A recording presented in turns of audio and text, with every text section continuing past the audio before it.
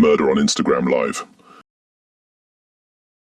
Mexico City, May 2025. The sun rose gently over the city of Zapopan, spilling golden light across the windows of Blossom Luxe Lounge, a tiny beauty salon nestled between a pharmacy and a taqueria.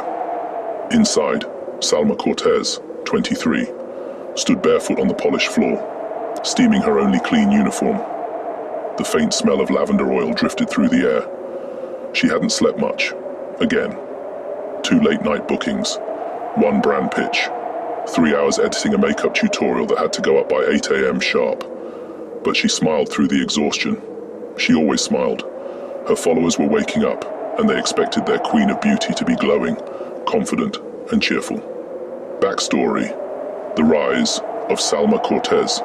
2 years ago, Salma was scrubbing floors in a mall salon for minimum wage, doing walk-ins, and fighting off panic attacks between customers. She lived in a tiny room she rented from her cousin's mother. Her father had left when she was 9. Her mother worked in a garment factory and barely earned enough to pay for gas and tortillas. Salma's escape? Her old cracked iPhone.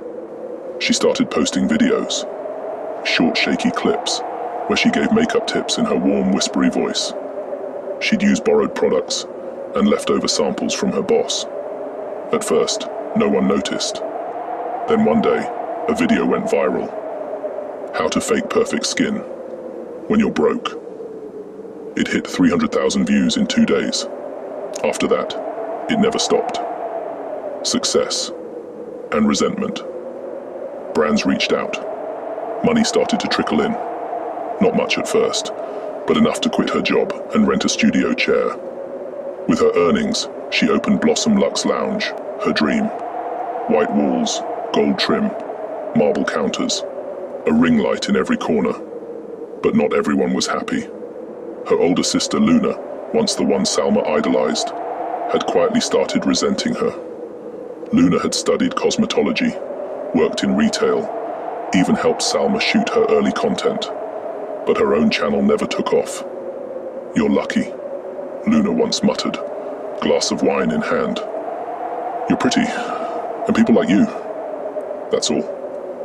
Salma tried to include her.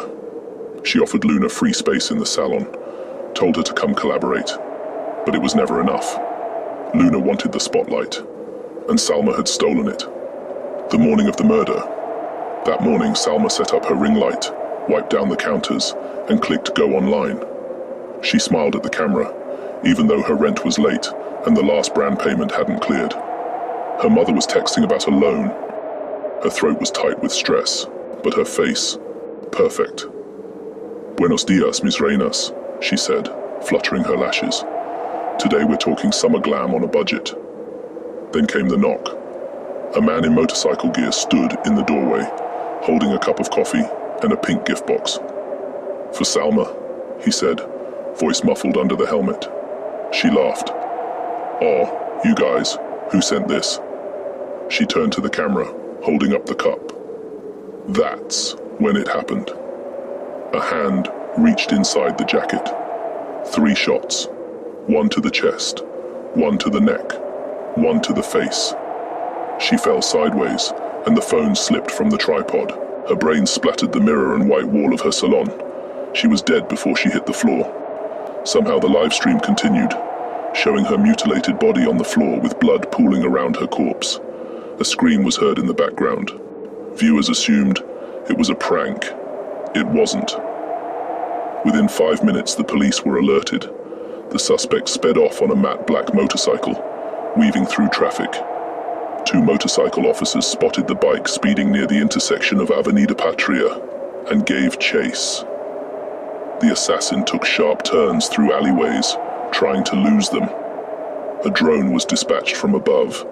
They watched him swerve into a residential neighborhood, Jardins del Valle. The suspect ditched the bike near a white 2-story home and ran inside, but the police followed. Inside the house were photos on the walls. School photos, birthdays, family barbecues, and in nearly every photo, Salma and Luna Cortez, smiling, arm in arm like sisters did.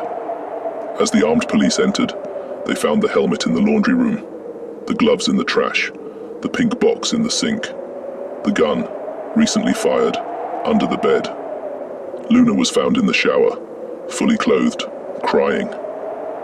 "I didn't mean to," she said at first, but later, in the interrogation room, she admitted everything, her confession. "She forgot me," Luna whispered. "I was the one who taught her makeup. I gave her first ring light. I gave up so much, so she could chase her little fantasy." She stared blankly ahead. She promised we'd do it together. But she never tagged me, never invited me to the big brand events.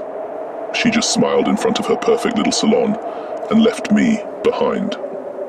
"Why today?" the detective asked. "She posted yesterday that she hit 1 million followers," Luna said. Then she smiled. "Now she'll be remembered forever." The aftermath.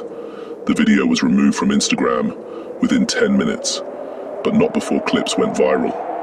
News outlets picked up the story. Hashtag Justice for Salma trended worldwide. Her followers raised money for her funeral. Brands released condolences. Her old videos were reposted, commented on by fans and celebrities alike.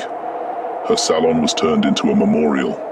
Candles, flowers, a mural of her face, bright, warm, glowing, a queen of the screen, killed by the one person who couldn't stand her light. Fame lifts some into the sky and leaves others to watch from the shadows. The end.